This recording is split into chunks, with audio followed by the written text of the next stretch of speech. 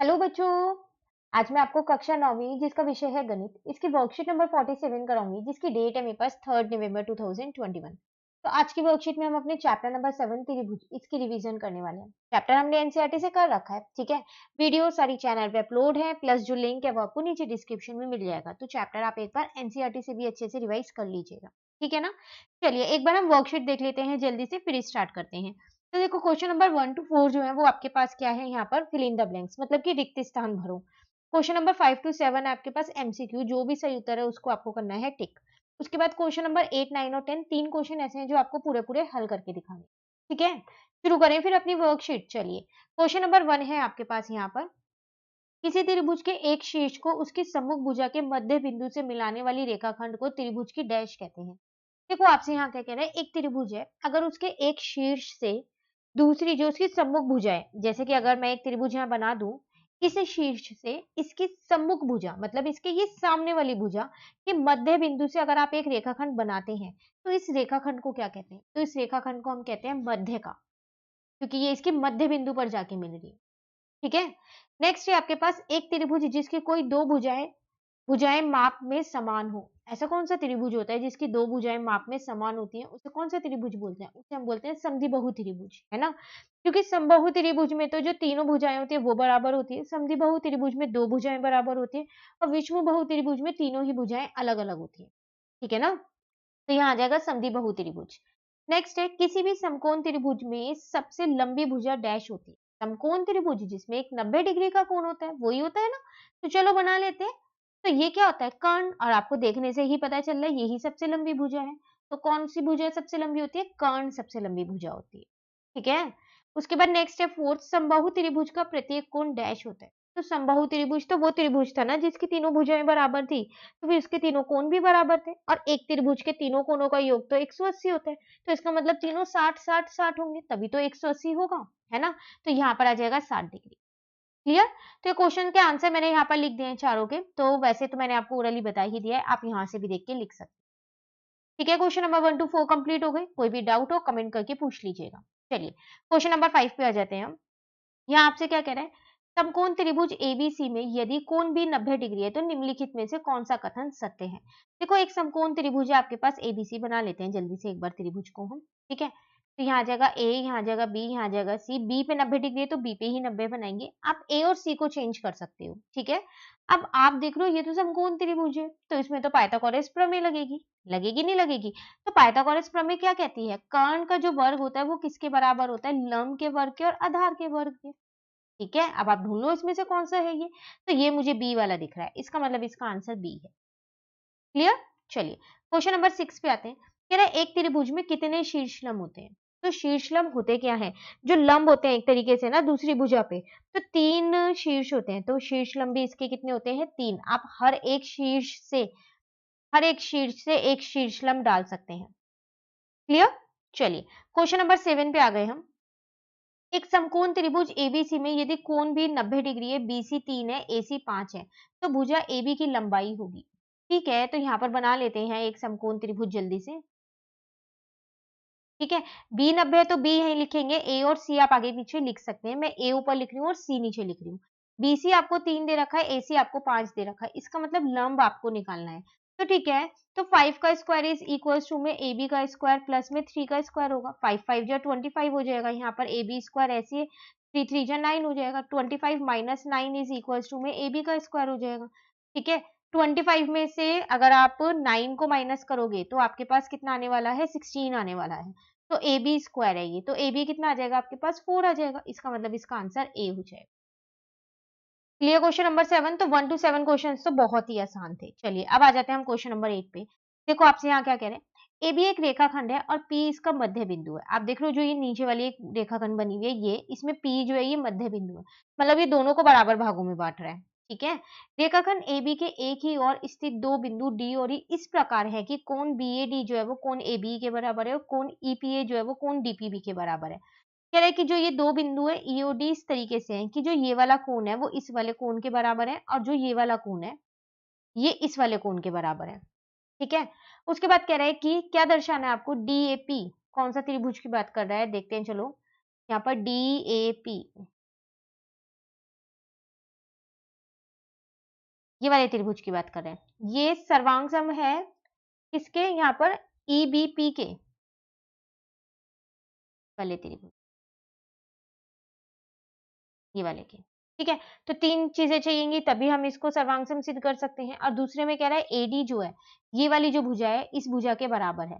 तो जब ये सर्वांग सम सिद्ध हो जाएँगे तो ये तो मैं सीपीसीटी से लिख सकती हूँ। तो इसका मतलब मेन है मेरे लिए यहाँ पर फर्स्ट पार्ट करना। ठीक है ना? क्वेश्चन क्लियर हो गया? चलिए अब आंसर देखते हैं।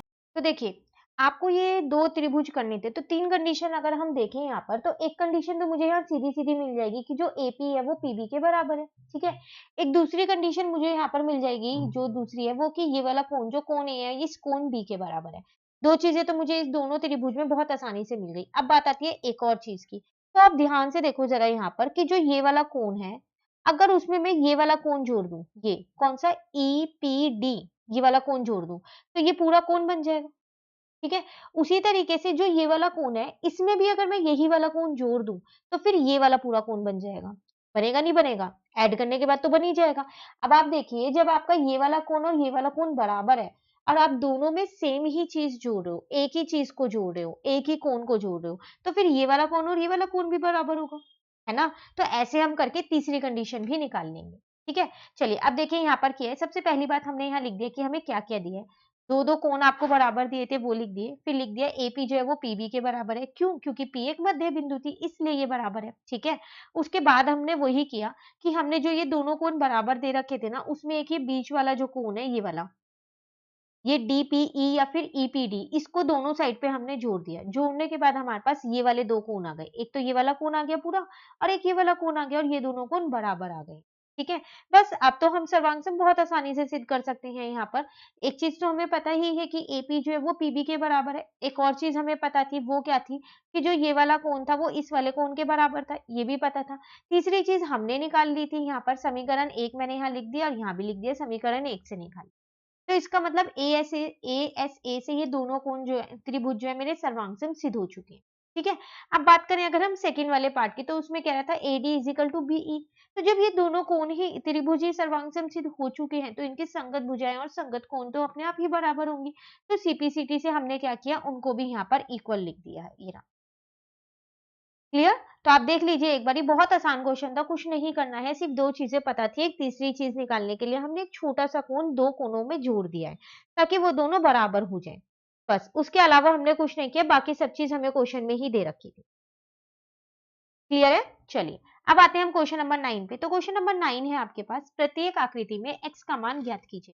अच्छा, आपको 3 चीज़ें दे रखी हैं और x का मान आपको ज्ञात करना है। ठीक है? तो पहले आकृति फर्स्ट वाली यहाँ पर बना लेते हैं हम, क्वेश्चन नंबर 9 की। आपके पास एक समकोण त्रिभुज दे रखा है।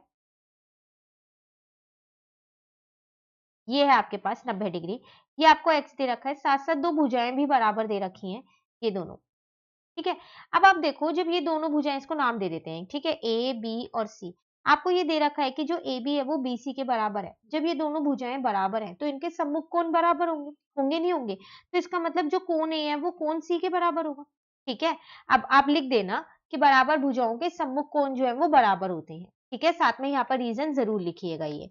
अब आपको पता है कि एक त्रिभुज में, अगर मैं एक त्रिभुज में 3 कोण की बात करूँ, तो उसमें तीनों का योग कितना होता है? 180 होता है। तो कोण ए प्लस कोण बी प्लस कोण सी जो है वो 180 के बराबर होगा। होगा नहीं होगा? कोण ए मेरे पास x है, कोण बी तो 90 डिग्री है, दे ही रखा है। कोण सी भी x है क्योंकि वो उसके बराबर है। 180 हो गया। ठीक है ना? अब देखो यहाँ पर आ जाएगा 2x और इस 90 को मैं उधर ले जाती हूँ। तो 2x is equals to 90 degree, x का मान कितना आ गया? 45, और आपको क्वेश्चन में x का मान ही ज्ञात करना है। Clear first part? चलिए सेकंड पार्ट और देख लेते हैं। फिर एक त्रिभुज है, x और 40 आपको दे रखा है। तो पहले यहाँ पर आकृति बना लेते हैं। क्वेश्चन नंबर 8 में भी आप आकृति याद से बना लीजिएगा, भूलिएगा मत। ठीक है? तो यहाँ पर आ जाएगा ए, बी, सी, नाम ये मैं खुद से दे रही हूँ, आप भी खुद से ही दीजिएगा। ठीक है? यहाँ पर x आ जाएगा और यहाँ पर 40 आ जाएगा। अब आपको यहाँ दे रखा है कि जो AB है वो AC के बराबर है। ये दोनों भुजाएँ बराबर है। तो इनके जो सम्मुख कोण है वो भी बराबर होंगे। तो यहाँ तो सीधा-सीधा आ गया, x जो है वो 40 डिग्री ही होगा। क्योंकि x जो कोण B है ना, वो कोण C के बराबर होगा। बराबर भुजाओं के सम्मुख कोण बराबर होते हैं। तो यहाँ तो सीधा-सीधा आ गया। बस रीज़न में आप लिख दीजिएगा कि बराबर भुजाओं के सम्मुख कोण बराबर होते हैं। ठीक है? चलिए थर्ड वाले पे आ जाते हैं। तो तीसरे की पहले आकृति यहाँ बना लेते हैं, या फिर आपको एक क्या दे रखा है, समकोण त्रिभुज दे रखा है, तो चलिए यहाँ पर बना देते हैं पहले। ठीक है, इसको नाम दे देते हैं, इस बार PQR नाम दे देते हैं, हर बार ABC ही हम नाम दे रहे हैं। तो यहाँ पर आपको दे रखा है कितना है, x है और ये 45 दे रखा है, ये बराबर है, ये बराबर है, ये 45। ठीक है, अभी देखो आपको दे रखा है जो PQ है ना वो QR के बराबर है, इसका मतलब जो कोण P है ना वो Q कोण R के बराबर होगा, तो दोनों ही कितने हो जाएंगे आपके पास, 45 डिग्री हो जाएंगे। ठीक है, अब अगर हम त्रिभुज PQR में देखें, तो जो कोण P है प्लस जो कोण Q है प्लस जो कोण R है वो कितना हो जाएगा, 180, तीनों का योग। अब कोण P जो है वो 45 है। ठीक है, इसमें x कहाँ पर था, x यहाँ पर है इसके अंदर। ठीक है, कोण Q जो है वो x दे रखा है, कोण R जो है वो भी 45 ही होगा। ठीक है, इज इक्वल टू में 180 आ गया, तो 90 प्लस का x इज इक्वल टू में 180, तो यहाँ से x की वैल्यू कितनी निकल के आ जाएगी आपके पास, 90 डिग्री। 90 को उधर लेके जाओगे तो माइनस का हो जाएगा और x की वैल्यू आ जाएगी 90। क्लियर। चलिए लास्ट क्वेश्चन पे आ जाते हैं, क्वेश्चन नंबर 10 पे। कह रहा है त्रिभुज एबीसी में, त्रिभुज एबीसी एक समद्विबाहु त्रिभुज है जिसमें AB जो है वो AC के बराबर है। भुजा BA बिंदु D तक इस प्रकार बनाई गई है कि AD जो है वो AB के बराबर है। दर्शाइए कि कोण BCD जो है वो एक समकोण है। देखो आपको यहाँ पर ये आकृति दे रखी है, कह रहे हैं कि ये वाली दोनों भुजाएं जो है ये बराबर है और उसके साथ साथ ये वाली भुजा और इस वाली भुजा ये भी ही बराबर है। आपको क्या दिखाना है कि जो ये पूरा कोण है ना BCD, पूरे वाला कोण बड़े वाले त्रिभुज का, ये 90 डिग्री का है। क्लियर हो गया क्वेश्चन। चलिए देखो, अगर हम अपना सॉल्यूशन देखें, यहाँ पर आपको एक यहाँ पर ये आकृति दे रखी थी, आपको ये बता रखा था कि जो ये वाली भुजा है इस वाली भुजा के बराबर है, तो मैं ये कह सकती हूँ कि फिर जो ये वाला कोण है वो इस वाले कोण के बराबर हो जाएगा। ठीक है, उसी तरीके से एक और चीज दे रखी थी कि जो ये वाली भुजा है इस वाली भुजा के बराबर है ना। तो अगर आप ध्यान से देखो कि जो आपकी ये वाली भुजा है ये इसके बराबर भी और इसके बराबर भी हो गई, फिर हो गई नहीं हो गई दोनों के, तो फिर मैं ये कह सकती हूँ कि जो ये तीनों भुजाएं हैं ये आपस में बराबर है। तो वही चीज मैंने लिख दी पहले यहाँ कि मुझे ये दे रखा था कि जो AB है वो AC के बराबर है और जो AD है वो किसके बराबर है, AB के बराबर है। तो इन दो समीकरणों से मैंने पाया कि जो AB है वो AC के भी बराबर है और AD के भी बराबर है, इसका मतलब ये तीनों भुजाएं ही आपस में बराबर है।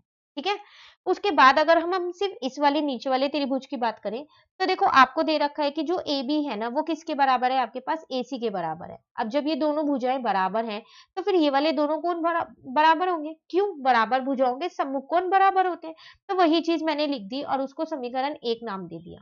ठीक है, उसी तरीके से अगर मैं इस वाले त्रिभुज की बात करूं, ACD की, ऊपर वाले की, तो आपको पता है कि अब अगर हम देखें तो ये वाली भुजा जो है इस वाली भुजा के बराबर है। जब ये दोनों भुजाएं बराबर हैं, तो जो ये वाला कोण है, ये जिसको मैं इस टाइम पे शेड कर रही हूँ, ये इस वाले कोण के बराबर हो जाएगा। हो जाएगा नहीं हो जाएगा। वही चीज देखिए मैंने यहाँ पर लिख दी है ये, कि अगर आप इस त्रिभुज में देखें, इसको आप अपनी समीकरण 2 मान लें और रीजन में सेम वही लिख देंगे जो यहाँ पर लिखा हुआ है। दोनों चीजों से क्लियर हो गया। अब बात करते हैं हम सिर्फ बड़े वाले त्रिभुज की, BCD की, जो पूरा त्रिभुज है। तो अगर आप उसमें देखो तो 3 कोण है आपके पास। ठीक है, फिलहाल के लिए इन्हें मैं यहाँ पर हटा देती हूँ। ठीक है, देखो 3 कोण है आपके पास, एक कोण ये है, एक पूरा कोण ये है और एक कोण ये है। इन तीनों कोणों का योग कितना होगा, 180 होगा नहीं होगा। तो वही चीज पहले मैंने यहाँ पर लिख दी कि अगर हम BCD त्रिभुज की बात करें तो इन तीनों कोणों का योग कितना होगा, 180। ठीक है, अब आप बिल्कुल ध्यान से आकृति में समझिए। देखिए, आपने अभी बोला था कि जो ये वाला कोण है वो सिर्फ इतने कोण के बराबर है नहीं है? किया था भी, क्योंकि ये दोनों भुजाएं बराबर थी। तो मतलब कि मैं इस वाले कोण की जगह इस वाले कोण को लिख सकती हूँ क्योंकि दोनों ही बराबर है। तो वही चीज मैंने यहाँ पर की, इस B वाले कोण की जगह वो दूसरे वाला कोण लिख दिया है, C वाला। ठीक है, अब आप दोबारा आकृति में देखिए, फिर हमने देखा था कि जो ये वाला कोण है ना वो इस वाले कोण के बराबर है, जो मैं अब शेड कर रही हूँ, देखो ये वाला ACD के बराबर है ना। ये D वाला कोण इस C वाले कोण के बराबर था क्योंकि वो दो भुजाएं बराबर थी। तो वही चीज इस D वाले कोण की जगह पे मैंने क्या किया, वो लिख दिया ACD। बाकी बचा BCD, वो मैंने ऐसे ही रहने दिया, उसको मैंने चेंज नहीं किया है।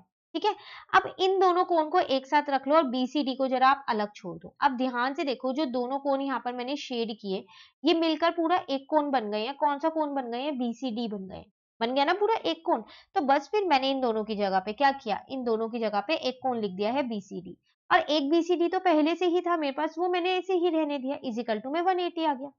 ठीक है, अब इन दोनों कोणों को जब आप जोड़ोगे तो कितना आने वाला है, यहाँ पर 2 BCD आने वाला है।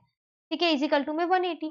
तो BCD कितना आ जाएगा 180 डिवाइडेड बाय 2, तो BCD आ गया 90। और आपको सिद्ध भी तो यही करना था कि BCD एक समकोण त्रिभुज, समकोण कौन है, तो देख लो यहाँ पर सिद्ध हो गया। हुआ क्लियर? क्वेश्चन बहुत आसान था, बस आपको ये याद होना चाहिए कि जो आपके पास बराबर भुजा है ना, उसके सम्मुख कोण बराबर होते हैं। ठीक है? तो इसी के साथ ये हमारी वर्कशीट कंप्लीट हो गई। ये एनसीईआरटी के ही क्वेश्चन है, क्वेश्चन नंबर 8 और 10। तो आप एनसीईआरटी से इस चैप्टर को अच्छे से रिवाइज कर लीजिएगा। लिंक आपको नीचे डिस्क्रिप्शन में मिल जाएगा। क्लियर है?